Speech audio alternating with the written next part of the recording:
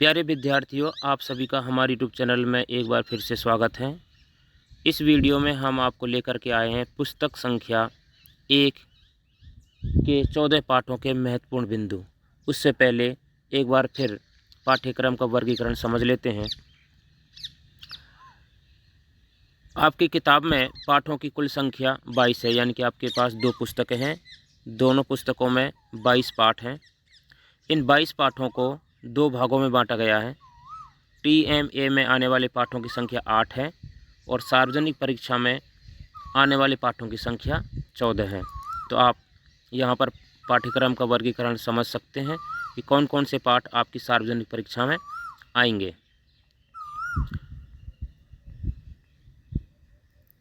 अब यहाँ पर पुस्तक 1 पाठ का नाम, विधा और लेखक या कवि का नाम पढ़ लेते हैं। पाठ 1 बहादुर, यह एक कहानी है। लेखक हैं अमरकांत। पाठ 2 दोहे, यह एक कविता है, यानी कि इसमें दोहे हैं। कबीर, रहीम, वृंद। तीसरा पाठ है गिल्लू, यह एक रेखा चित्र है। महादेवी वर्मा इसकी लेखिका हैं। पाठ 4 आह्वान, यह एक कविता है। मैथिली शरण द्वारा लिखी हुई एक कविता है, मैथिली शरण गुप्त। पाठ 5 रॉबर्ट नर्सिंग होम में, यह एक रिपोर्टाज है। कन्हैया लाल मिश्र प्रभाकर इसके लेखक हैं। पाठ 6 भारत की ये बहादुर बेटियां, यह एक फीचर विधा में है। पाठ 7 आज़ादी, यह एक कविता है। मूल लेखक बालचंद्रन चुल्लिकाड और इसका हिंदी अनुवाद किया है असद जैदी ने। पाठ 8 चंद्रगहना से लौटती बेर, ये कविता है केदारनाथ अग्रवाल। पाठ 9 अखबार की दुनिया, यह एक गद्य विधा है। पाठ 10 पढ़ें कैसे, यह एक गद्य है। पाठ 11 सार कैसे लिखें, यह एक लेखन है। पाठ 12 इसे जगाओ, यह एक कविता है। कवि हैं भवानी प्रसाद मिश्र। पाठ 13 सुखी राजकुमार, यह एक कहानी है। लेखक हैं ऑस्कर वाइल्ड। पाठ 14 बूढ़ी पृथ्वी का दुख, यह एक कविता है। निर्मला पुतुल इसकी कवयित्री हैं। ये थे पाठ 14 पुस्तक 1 से। अब पढ़ते हैं पुस्तक 2 में आने वाले पाठ। 15वां पाठ है अंधेर नगरी, यह एक नाटक है भारतेंदु हरिश्चंद्र द्वारा। पाठ 16 अपना पराया, यह एक वैज्ञानिक लेख है। इसके लेखक हैं हरशरण सिंह बिश्नोई।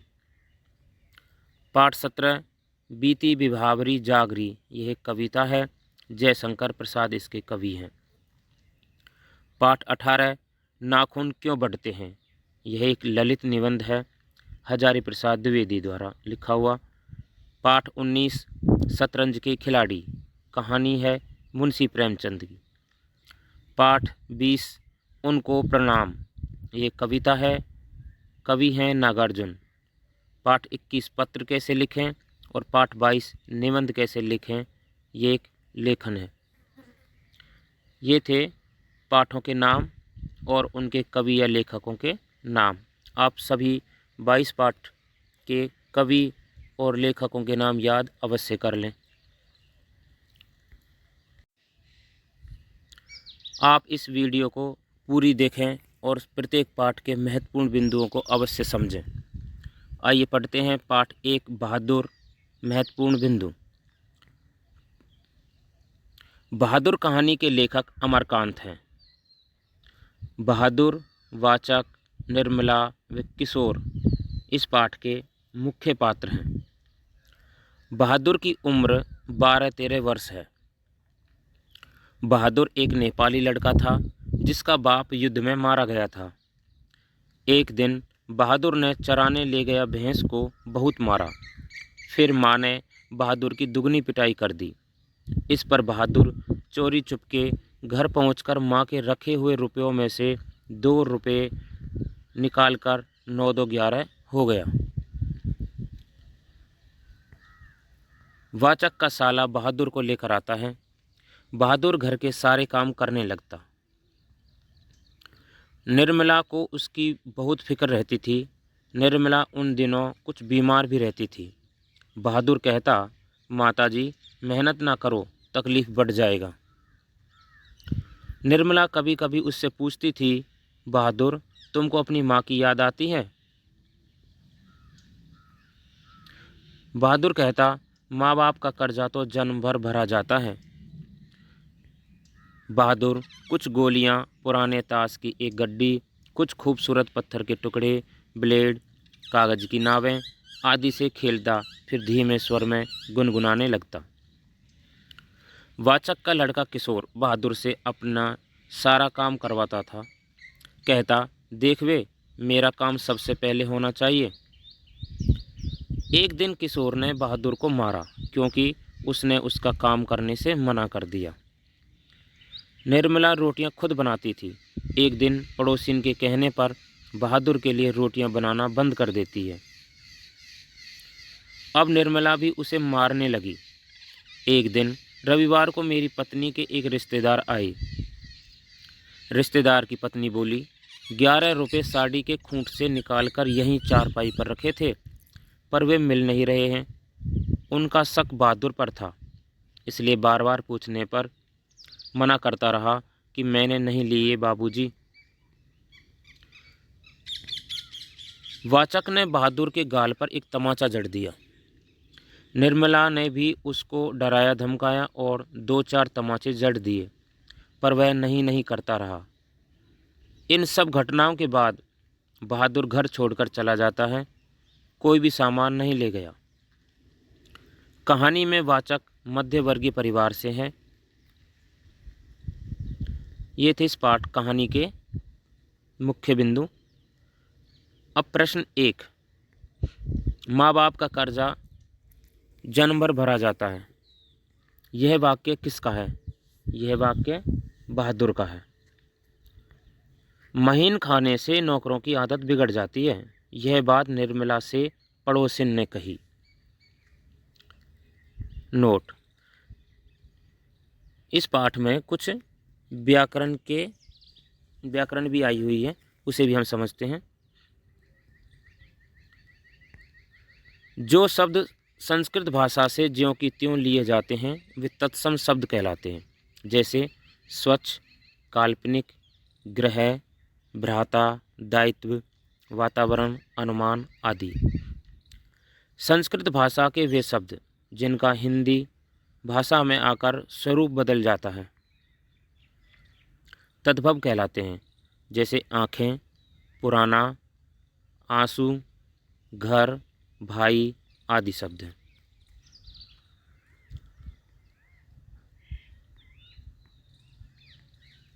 वे शब्द जो लोक में उत्पन्न और प्रयुक्त होते हैं दे शब्द कहलाते हैं, जैसे मलकाना, खटना, पुलई, बंसखट, तीता, चकैत आदि। वे शब्द जो अन्य भाषाओं से आए होते हैं आगत शब्द या विदेशज शब्द कहलाते हैं, जैसे हिदायतें, फरमाइश, तकलीफ, अफसोस, बस, साइकिल आदि।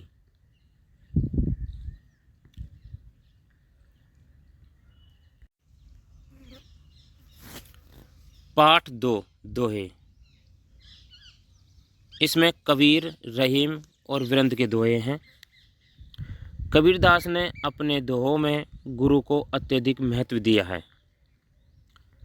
कबीर ने बताया है कि आदमी की पहचान उसके घर खानदान से, उसके वर्ण और जाति से नहीं, बल्कि उसके आचरण, उसके व्यवहार और चाल चलन से होती है।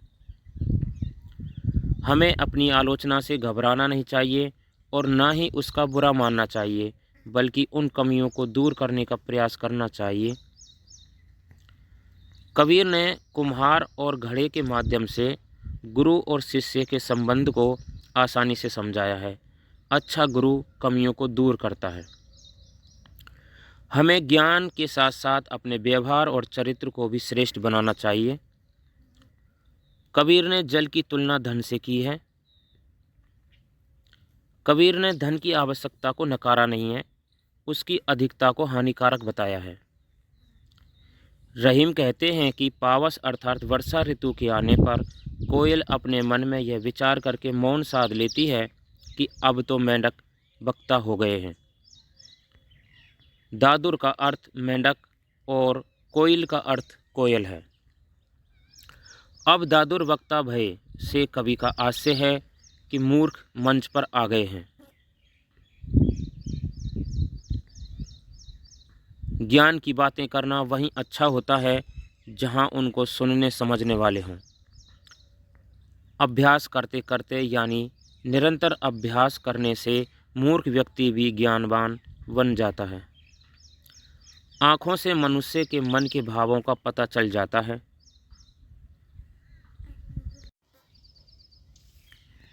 पाठ 3 गिल्लू महत्वपूर्ण बिंदु।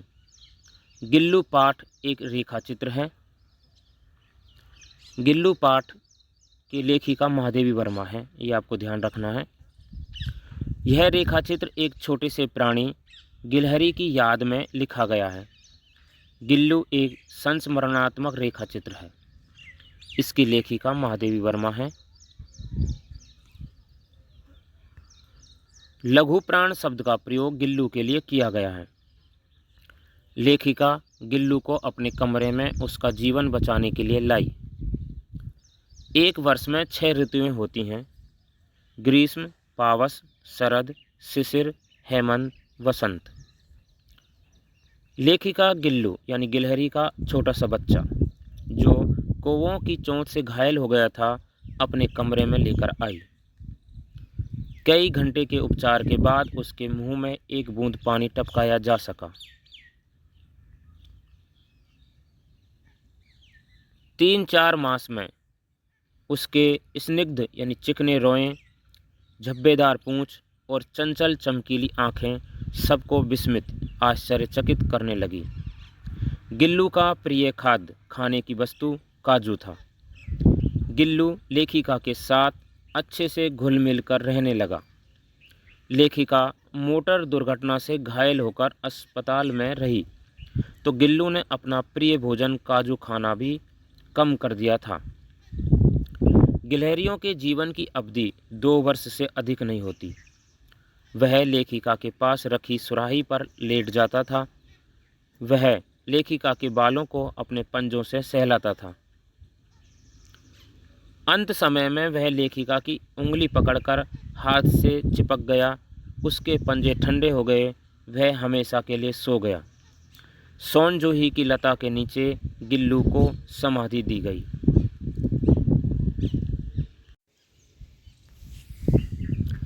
पाठ 4 आह्वान महत्वपूर्ण बिंदु। आप हमारे चैनल को सब्सक्राइब जरूर कर लें। आह्वान कविता के कवि मैथिली शरण गुप्त हैं। यह कविता सन 1912 के आसपास तब लिखी गई थी जब हमारा देश गुलाम था।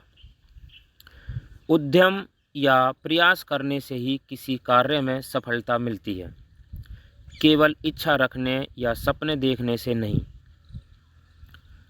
कवि ने आलसी लोगों को पौरुष का पाठ पढ़ने के लिए कहा है।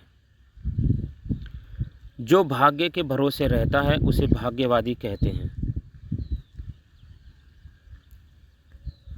कर्म स्वस्थ, चुस्त और सतर्क बनाता है। कर्म कठिनाइयों से मुक्ति दिलाता है। जो लोग कभी पीछे थे वे कठिन परिश्रम करके आगे बढ़ गए। पश्चिम के लोग परिश्रम के बल पर ही हर क्षेत्र में विकास कर सके हैं। परिश्रम ना करने पर यदि हम असफल हुए तो इसके लिए हम स्वयं दोषी हैं। कर्म रूपी तेल के बिना भाग्य रूपी दीप नहीं जल सकता। मूर्ति बनाने की अपेक्षा सांचा बनाने में अधिक परिश्रम करना पड़ता है। असफलता के लिए भाग्य को दोषी नहीं मानना चाहिए। भारत अनेकता में एकता वाला देश है। यहाँ पर अनेक धर्मों, संप्रदायों और जातियों के लोग रहते हैं। कवि देशवासियों का आह्वान कर उनसे एकता की आशा करता है। कवि उद्यम यानी परिश्रम अर्थात प्रयास की भी आशा करता है। कवि कहता है कि भाग्य भी उसी का साथ देता है जो परिश्रमी तथा कर्मशील होते हैं।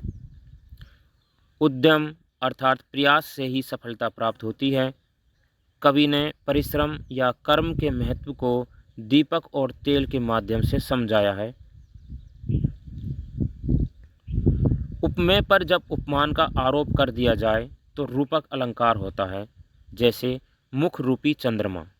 उपमेय और उपमान का एक रूप वर्णन है। पाठ में पंक्ति है, पर कर्म तेल बिना कभी विधि दीप जल सकता नहीं। इसमें रूपक अलंकार है। आह्वान कविता भारत भारती नामक काव्य से लिया गया है। पाठ 5 रॉबर्ट नर्सिंग होम में महत्वपूर्ण बिंदु। इस पाठ के लेखक कन्हैयालाल मिश्र प्रभाकर हैं। सुखी मानवता के लिए महिलाओं का योगदान अविस्मरणीय है। इन महिलाओं ने देश, भाषा, धर्म, संप्रदाय आदि की दीवारों को ढा दिया है। अपने मानवीय व्यवहार व आचरण से हम किसी को भी अपना बना सकते हैं। मनुष्य के आपसी संबंध मानवीयता के आधार पर होने चाहिए, किसी देश, धर्म, जाति या रंग के आधार पर नहीं। मदर टेरेसा, मदर मार्गरेट व सिस्टर क्रिस्ट हेल्ड का समर्पण एवं सेवा भाव समानुभूति का अद्भुत उदाहरण है। हम विश्व में कहीं भी रहकर रचनात्मक और मानवीय कार्य कर सकते हैं। निस्वार्थ भाव से सदैव कर्मरत रहने की प्रेरणा मिलती है। पाठ में इंदौर के रॉबर्ट नर्सिंग होम का उल्लेख है। फ्रांस देश की मदर टेरेसा थी, जर्मनी देश की क्रिस्ट हेल्ड थी। दोनों ही यहाँ एक साथ एक कर्म, एक ध्येय लिए मानव सेवा में लीन थी। ऊपर के बरामदे में खड़े खड़े मैंने एक जादू की पुड़िया देखी। वो थी होम की सबसे बढ़िया मदर मार्गरेट। काम यों की मशीन मात माने।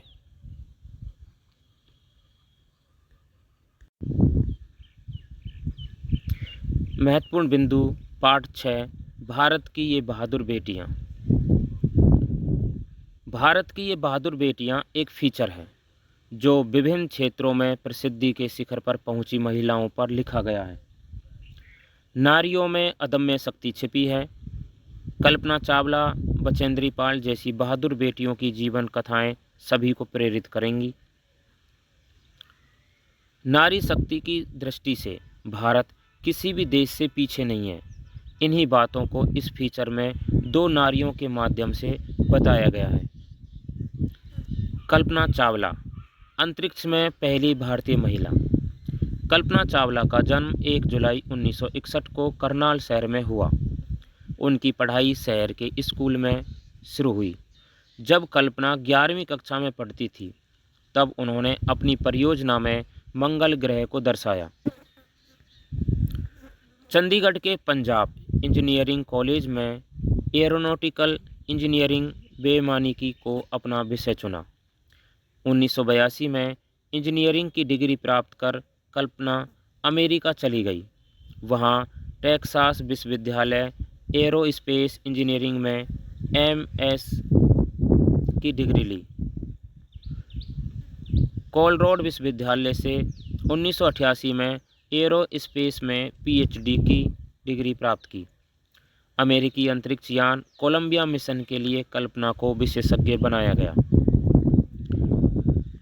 चावला का पहला अंतरिक्ष मिशन 19 नवंबर 1997 को शुरू हुआ। तब तत्कालीन प्रधानमंत्री श्री इंद्र कुमार गुजराल ने उनसे बात करके उन्हें बधाई दी। 16 जनवरी 2003 को कल्पना एक बार फिर अमेरिका के अंतरिक्ष यान कोलंबिया से अंतरिक्ष में गई। वहां 16 दिन में 80 प्रयोग किए गए। 1 फरवरी 2003 को यह अभियान दल पृथ्वी पर लौट रहा था। तब इस दल का यान भयानक विस्फोट के साथ नष्ट हो गया। इस अभियान दल के बाकी 7 साथियों के साथ अंतरिक्ष की यह बेटी अंतरिक्ष में ही खो गई। भारतीय प्रधानमंत्री श्री अटल बिहारी वाजपेयी ने उनकी स्मृति में घोषणा की कि अंतरिक्ष यान मैडसेट का नाम कल्पना फर्स्ट रखा जाएगा। बचेंद्री पाल, पहली महिला एवरेस्ट विजेता। बचेंद्री का जन्म 1954 में हुआ। 5 संतानों में बचेंद्री तीसरी संतान है। बचेंद्री को बचपन में रोज़ 5 किलोमीटर पैदल चलकर स्कूल जाना पड़ता था। 8वीं पास करने के बाद पिता ने उनकी पढ़ाई का खर्च उठाने से मना कर दिया। तब उन्होंने सिलाई का काम सीखा। सिलाई करके पढ़ाई का खर्च जुटाने लगी। संस्कृत से MA तथा B.Ed की उपाधि प्राप्त की। बचेंद्री ने पहाड़ पर चढ़ने के अपने लक्ष्य को हमेशा ध्यान रखा। बचेंद्री ने कालानाग पर्वत और गंगोत्री ग्लेशियर तथा रूडगेरा की चढ़ाई की। बचेंद्री को एवरेस्ट पर पहुंचने वाली पहली भारतीय महिला होने का गौरव 23 मई 1984 को प्राप्त हुआ। उस समय उनके साथ पर्वतारोही अंगदौड़जी भी थे। अगर व्यक्ति में आत्मविश्वास, लगन, साहस और दृढ़ इच्छा शक्ति हो तो अभाव या अन्य कोई भी कठिनाई उनका रास्ता नहीं रोक सकती।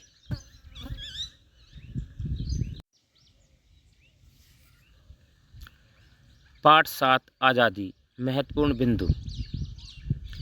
इस कविता के कवि बालचंद्रन चुल्लिकाड हैं और हिंदी अनुवाद असद जैदी ने किया है। यह कविता मूल रूप से मलयालम भाषा में लिखी गई है।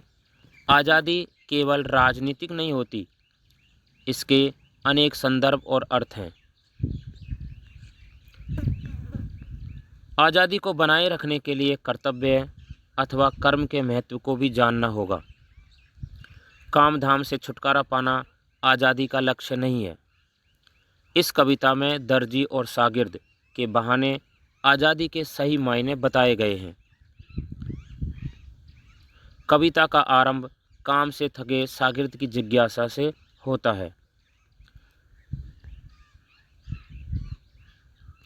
शागिर्द ने दर्जी से अपनी ओर से कई संदर्भों का वर्णन करके आज़ादी का अर्थ जानना चाहा। शागिर्द दर्जी से पूछता है कि क्या कर्म से मुक्ति ही आज़ादी है या आज़ादी कुछ और है। शागिर्द के सवाल को दर्जी ने ध्यानपूर्वक सुना। उसने अपने अनुभवों के आधार पर बताया कि मूलभूत अनिवार्य आवश्यकताओं की पूर्ति ही आज़ादी है। आज़ादी का मतलब भूखे को खाना, प्यासे को पानी, ठंड से पीड़ित के लिए राहत पहुंचाने वाले ऊनी कपड़े, थके मांदे के लिए बिस्तर ही आज़ादी है। आज़ादी कवि के लिए शब्द है। आज़ादी एक अभिव्यक्ति है जिसका माध्यम शब्द है। शिकारी के लिए तीर, तन्हाई के मारे के लिए महफिल आज़ादी है। डरे हुए के लिए पनाह, बचाव आज़ादी है, अर्थात भय से मुक्त होना भी आज़ादी है। अज्ञानी के लिए ज्ञान प्राप्ति ही आज़ादी है। ज्ञान को कर्म में बदलने वाले को ही कर्मठ कहा जाता है। कर्मठ को बलिदान, त्याग ही आज़ादी प्रतीत होता है। कवि ने ज्ञान, कर्म और त्याग को अत्यधिक महत्व प्रदान किया है। आज़ादी का अर्थ केवल अधिकारों को भोगना नहीं, बल्कि समाज तथा देश के प्रति कर्तव्य निभाना भी है। शागिर्द को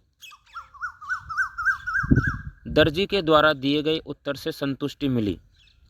उसकी जिज्ञासा शांत हुई कि आज़ादी कर्म करने का नाम है। वह अपने कार्य करने की ओर प्रेरित हुआ और सुई में धागा पिरोने लगा। इस पाठ में कुछ विशेष व्याकरण के मुख्य बिंदु भी आए हैं, उन्हें समझते हैं। कविता में अरबी, फारसी और अंग्रेजी शब्दों का भी प्रयोग हुआ है। उस्ताद, दर्जी, शागिर्द, तन्हाई, पनाह आदि शब्द फारसी मूल के हैं। मुसाफिर, महफिल शब्द अरबी भाषा के हैं। लैंप पोस्ट शब्द अंग्रेजी भाषा का है। चमकीली नोक, अनंत कपड़े, गतिमान पहिए, नन्हा सा बछड़ा आदि में विशेषणों का सुंदर प्रयोग हुआ है।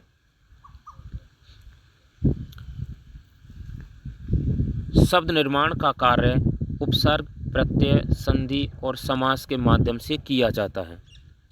उपसर्ग उन्हें कहते हैं जो शब्द के पहले लगते हैं और अर्थ को बदल देते हैं। जैसे हार शब्द के पहले उप लगकर उपहार शब्द बनता है। प्र प्लस हार प्रहार, आ प्लस हार आहार, वी प्लस हार विहार, अन प्लस अंत अन उपसर्ग अंत शब्द में लगा है तो शब्द बनता है अनंत। इसी प्रकार अति उपसर्ग है, अंत में शब्द लगता है तो बनता है अत्यंत। प्रति प्लस उत्तर प्रत्युत्तर, और अनुशासन में अनु उपसर्ग है, शासन मूल शब्द है, शब्द बनेगा अनुशासन। प्रत्यय, प्रत्यय शब्द के पीछे लगता है और अर्थ में परिवर्तन कर देता है। जैसे मूर्ख शब्द में ता प्रत्यय लगा तो मूर्खता, वर्ष में इक प्रत्यय लगा वार्षिक, गतिमान में मान प्रत्यय लगा तो गतिमान शब्द, सप्ताह में इक प्रत्यय लगा तो साप्ताहिक। संधि, दो वर्णों के मेल को संधि कहा जाता है। सूर्य और उदय दो शब्द हैं, तभी दोनों शब्दों से सूर्य उदय शब्द बना। इति प्लस आदि इत्यादि, विद्या प्लस आलय विद्यालय, चंद्र प्लस उदय चंद्रोदय, पुस्तक प्लस आलय पुस्तकालय। समास, दो शब्दों के मेल को समास कहते हैं। आपको यहाँ ध्यान देना है, संधि दो वर्णों के मेल को और समास दो शब्दों के मेल को। दो या दो से अधिक शब्द भी समास में हो सकते हैं। जैसे रसोई के लिए घर, इसका शब्द बनेगा रसोई घर। पीला है अंबर जिसका, पीतांबर। माता और पिता, माता पिता। रेल पर चलने वाली गाड़ी, रेलगाड़ी। सुख और दुख, सुख दुख। अपना और पराया, अपना पराया। दाएं और बाएं, दाएं बाएं। व्याकरण की एक अलग से वीडियो बनाई हुई है जो आपको प्लेलिस्ट में मिल जाएगी, आप वहां से विस्तार से इन्हें पढ़ सकते हैं। पाठ 8, चंद्रगहना से लौटती बेर। महत्वपूर्ण बिंदु। इस पाठ के कवि का नाम केदारनाथ अग्रवाल है। कवि चंद्रगहना नामक स्थान से लौटते हुए निर्जन खेतों में उसने प्रकृति के मोहक सौंदर्यों के अनेक दृश्य देखे हैं। तो चंद्रगहना क्या है? एक स्थान का नाम है। उन सभी दृश्यों का वर्णन इस कविता में किया गया है। चने के खेत की मेड़ पर बैठे कवि ने हरे चने के गुलाबी फूल को खिले हुए होने के कारण मुरेठा बांधे और पीली सरसों के फूल खिले होने के कारण उसके हाथ पीले होने और विवाह मंडप आदि को सुंदर रूप में चित्रित किया है।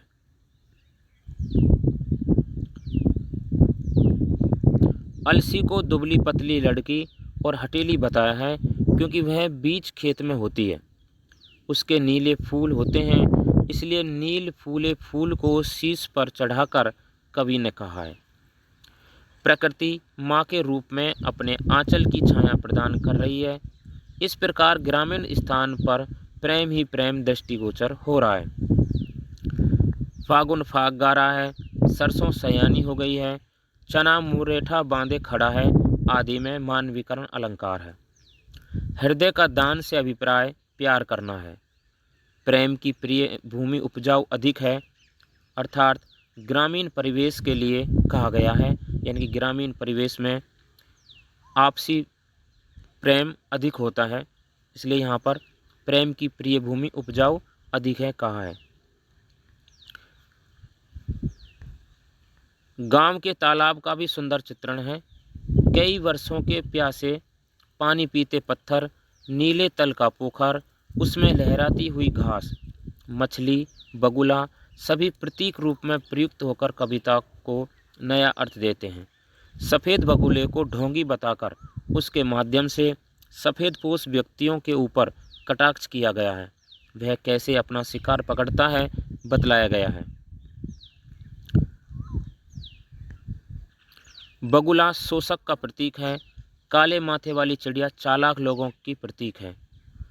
चाँद गोल सा जो चाँद है गोल खंभा सा पानी के हिलने के कारण लग रहा है।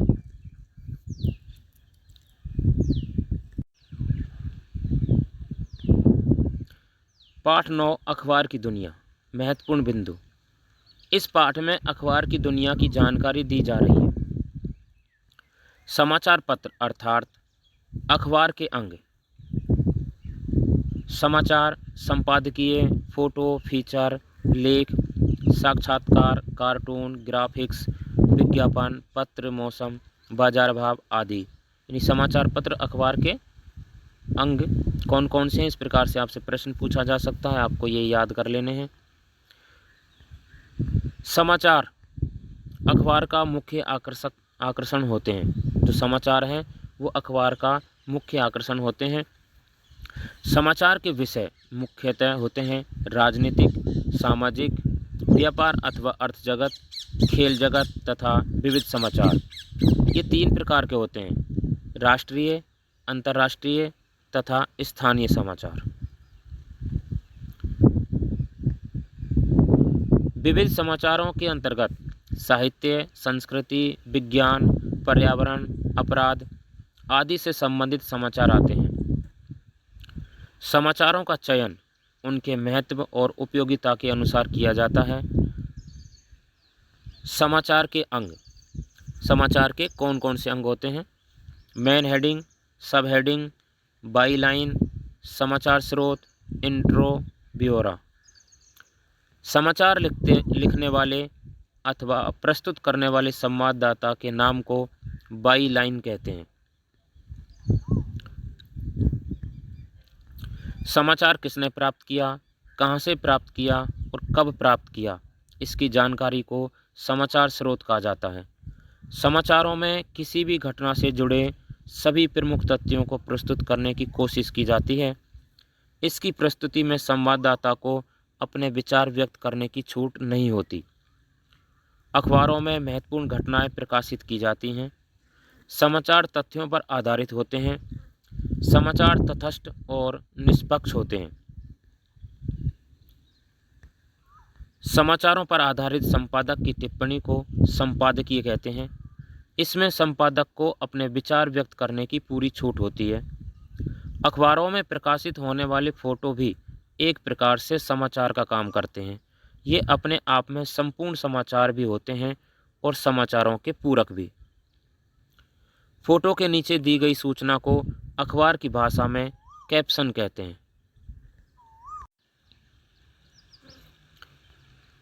फीचर बहुत सारी विधाओं का मिला जुला रूप होता है।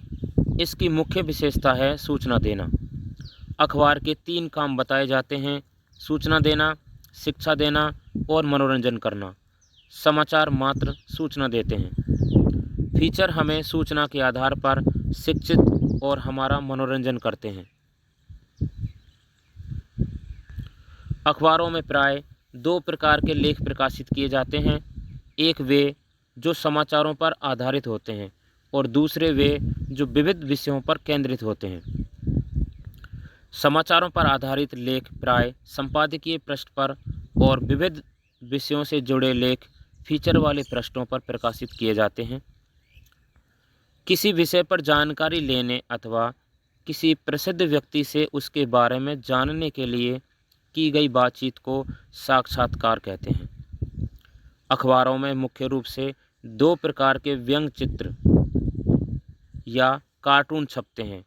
एक तो समाचारों पर आधारित और दूसरे शुद्ध मनोरंजन के लिए।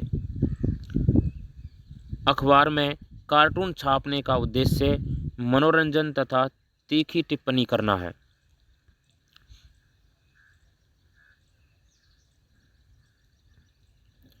किसी भी उत्पाद अथवा योजना की जानकारी देने के उद्देश्य से सरल और रोचक भाषा में आकर्षक ढंग से प्रस्तुत की गई सूचनाओं को विज्ञापन कहते हैं। विज्ञापन अखबारों की आय का प्रमुख साधन होते हैं। विज्ञापन कई तरह से पाठकों को लाभ पहुंचाते हैं और उन्हें शिक्षित भी करते हैं। यह लाभ का एक चक्रीय क्रम बनाता है। पाठकों के पत्र अखबारों के लिए दिशा निर्देश का कार्य करते हैं। बाजार भाव से ग्राहकों को लाभ होता है। इलेक्ट्रॉनिक अखबारों को केवल कंप्यूटर पर इंटरनेट के द्वारा ही पढ़ा जा सकता है। पाठ 10 पढ़ें कैसे, महत्वपूर्ण बिंदु। पठन कौशल को विकसित करने के लिए इसके अनेक चरण हैं। सामग्री को पढ़ने की कला का विकास करने के लिए पढ़ने में रुचि जगानी बहुत आवश्यक है। पठन में गति बढ़ाने के लिए अधिक से अधिक सामग्री प्रतिदिन पढ़ना और घड़ी रखकर पढ़ना जरूरी है। इससे आप 1 मिनट में पढ़े गए शब्दों की संख्या गिनिए और उन्हें बढ़ाने का प्रयास कीजिए।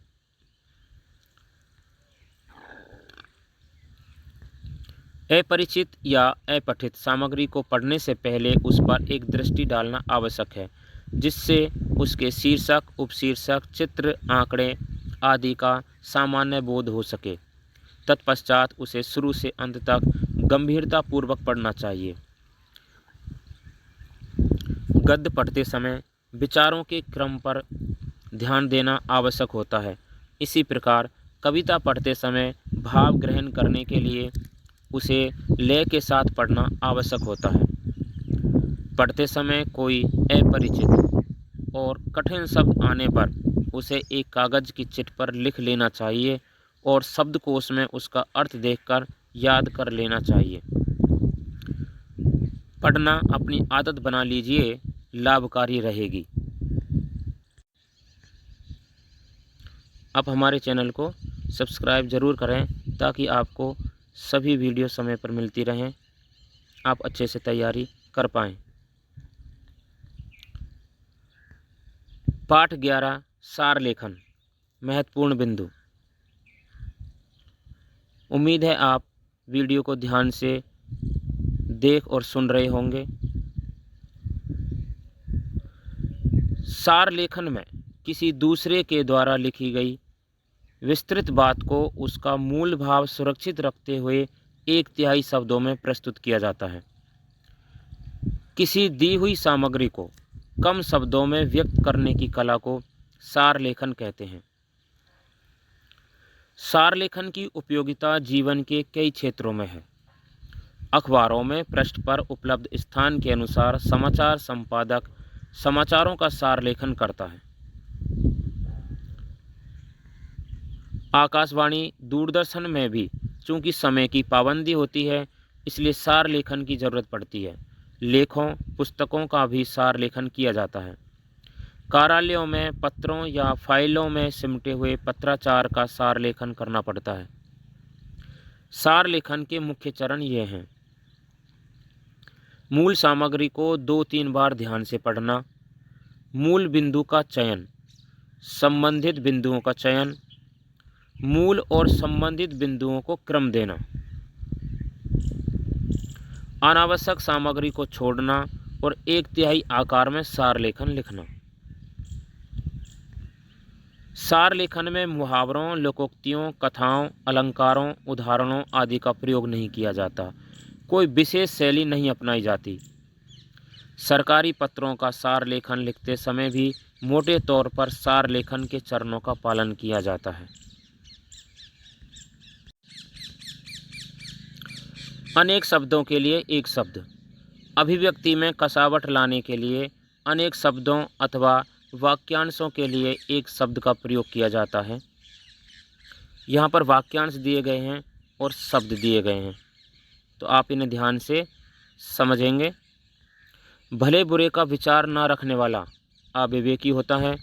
जिसे क्षमा न किया जा सके अक्षम्य, जिसे कोई जीत ना सके अजय, ऐसे स्थान पर रहना जिसका कोई पता ना पा सके अज्ञातवास, बहुत बढ़ा चढ़ाकर कही गई बात अतियुक्ति, जिसके बिना काम ना चल सके अनिवार्य, जिसके समान कोई दूसरा ना हो अद्वितीय, जो निंदा के योग्य ना हो अनिंद्य, जिसका विवाह ना हुआ हो अविवाहित, जड़ सहित नष्ट कर देना उन्मूलन, साफ या शुद्ध किया हुआ परिष्कृत।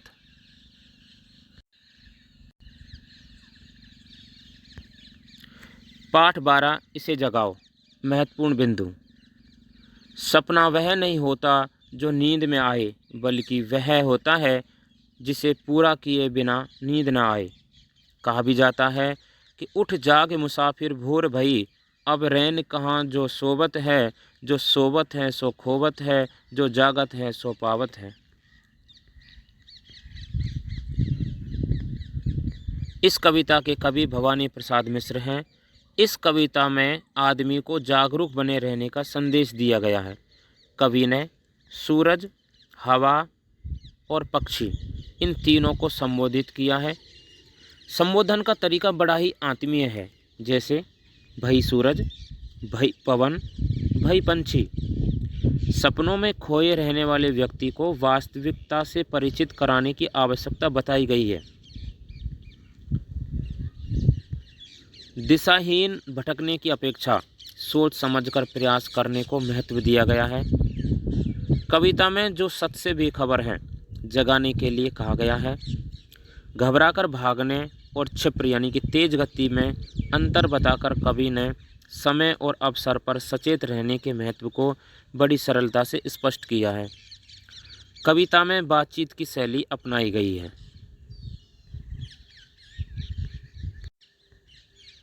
इस पाठ में कुछ पर्यायवाची शब्दाएं हैं। एक ही शब्द का अर्थ का बोध कराने वाले शब्दों को समानार्थी या पर्यायवाची शब्द कहते हैं।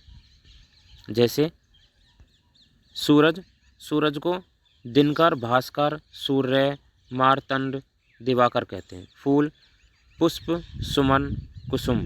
पानी, जल, वारी, अंबु, नीर। कपड़ा, पट, वस्त्र, चीर। बेटा, सुत, तनय, पुत्र।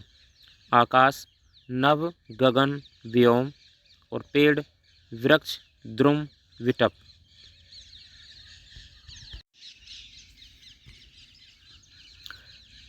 इस समय आप पढ़ रहे हैं पुस्तक 1 के सभी पाठों के महत्वपूर्ण बिंदु। आइए अब पढ़ते हैं पाठ 13 सुखी राजकुमार। महत्वपूर्ण बिंदु। सुखी राजकुमार के लेखक ऑस्कर वाइल्ड हैं। नगर में उत्तर की ओर एक ऊंचे से स्तंभ पर सुखी राजकुमार की प्रतिमा स्थापित थी। मूर्ति पर हल्का स्वर्ण पत्र मढ़ा था। आँखों के स्थान पर 2 चमकदार नीलम थे और तलवार की मूठ में एक बड़ा सा लाल जड़ा था। एक गौरैया रात को नगर के समीप पहुंची। मैं ठहरूं कहाँ, गौरैया ने सोचा। वह मूर्ति के पैरों के पास उतर पड़ी। रोते हुए राजकुमार के आंसू गौरैया के ऊपर गिरते हैं। गौरैया ने पूछा, तुम कौन हो? राजकुमार ने कहा, मैं सुखी राजकुमार हूँ। गौरैया ने पूछा, फिर तुम क्यों रो रहे हो? राजकुमार ने कहा, जब मैं जीवित था तब मेरा जीवन विलासपूर्ण था। आज जब मैं मर गया हूँ तो मुझे इतने ऊंचे पर स्थापित कर दिया है कि मैं सबका दुख दर्द देख सकता हूँ। यद्यपि मेरा हृदय जस्ते का है, फिर भी फटा जा रहा है। राजकुमार के कहने पर गौरैया एक स्त्री और उसका बीमार बच्चा के लिए तलवार की मूठ में लगा लाल निकाल कर दे आती है। गौरैया उड़कर राजकुमार के पास वापस आ गई और उसने उसे सब हाल बताकर कहा, आश्चर्य है, यद्यपि इतनी ठंडक है लेकिन मुझे जरा भी ठंड नहीं लग रही, इसलिए कि तुमने आज एक भलाई की है। राजकुमार ने कहा, अच्छा, आज रात को मैं मिस्र देश जाऊंगी, गौरैया ने सोचा। एक तरुण कलाकार जो रंगमंच के लिए नया नाटक लिख रहा है। गौरैया सुखी राजकुमार की एक आंख का नीलम निकालकर उसके पास रखकर आ गई। गौरैया राजकुमार से अपने मिस्र जाने की बात कहती है। राजकुमार ने कहा, एक लड़की खड़ी है, उसका सौदा नाली में गिर गया है और वह रो रही है। मेरी दूसरी आंख का नीलम निकालकर उसे दे दो तो वह अपने पिता की मार से बच जाएगी। अब राजकुमार अंधा हो गया। गोरैया ने कहा, अब तुम अंधे हो, इसलिए मैं हमेशा तुम्हारे साथ रहूंगी। गोरैया शहर का हाल राजकुमार को सुनाने लगी। राजकुमार के कहने पर सोने से मढ़े राजकुमार की मूर्ति से स्वर्ण पत्र निकालकर निर्धन प्रजा व बच्चों में बांटती रही। अब राजकुमार बिल्कुल मटमैला और मनहूस दिखने लगा, लेकिन बच्चों के चेहरे पर गुलाबी किरणें झलक आई और वे गलियों में खेलने लगे। उसके बाद ओले गिरे और फिर पाला पड़ने लगा। बेचारी नन्ही गौरैया ठंड से मरकर सुखी राजकुमार के पैरों के पास गिर पड़ी। दूसरे दिन मेयर अन्य सदस्यों के साथ घूमते हुए उस मूर्ति को हटवाकर अपनी मूर्ति लगवाने की बात करता है। नहीं, मैं समझता हूँ मेरी, हर एक सदस्य ने कहा, और वे बराबर झगड़ते रहे।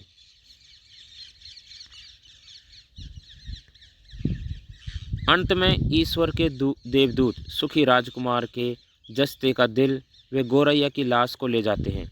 गोरैया को स्वर्ग के पेड़ों की डालों पर स्थान देते हैं। विशेष गोरैया के व्यक्तित्व परिवर्तन से हमें पता लगता है कि अच्छे लोगों की संगत से व्यक्तित्व उदार और अधिक सामाजिक बनता है। बाह्य सौंदर्य यानी रूप सौंदर्य से आंतरिक सौंदर्य यानी कर्म सौंदर्य अधिक महत्वपूर्ण है। वही हमें श्रेष्ठ मनुष्य बनाता है। गोरैया सुखी राजकुमार के सानिध्य में निस्वार्थ प्रेम सीखती है।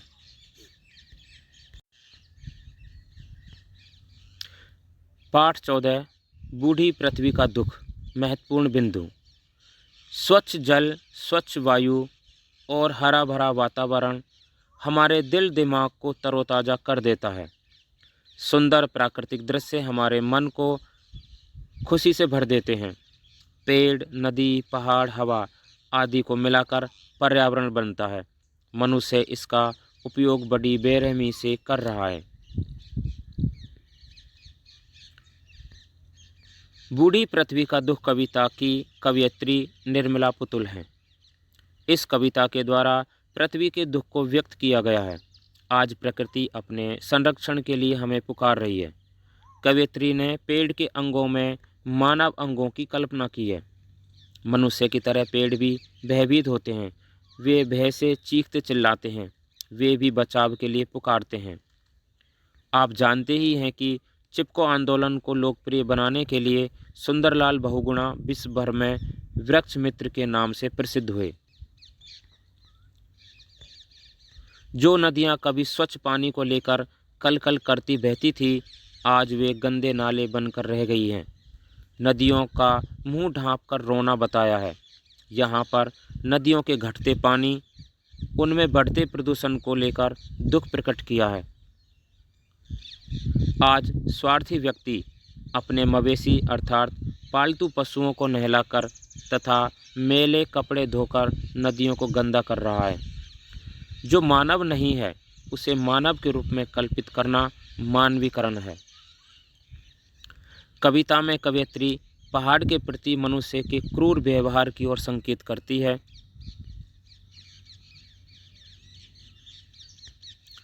विशाल पहाड़ की स्थिरता को देखकर लगता है जैसे वह मौन समाधि में बैठा है। कवयित्री ने कहा है कि हथौड़ों की चोट से टूटकर बिखरते पत्थरों की चीख को सुनकर तो देखो कि वह किस तरह चीख रहा है। प्रदूषित हवा गंभीर रोगों का कारण बनती है। जब फेफड़ों को स्वच्छ वायु नहीं मिलेगी तो उसे भयंकर रोग टीबी हो जाता है और खून की उल्टियाँ होती हैं। वायु प्रदूषण से खुद वायु ही रोगी हो जाती है।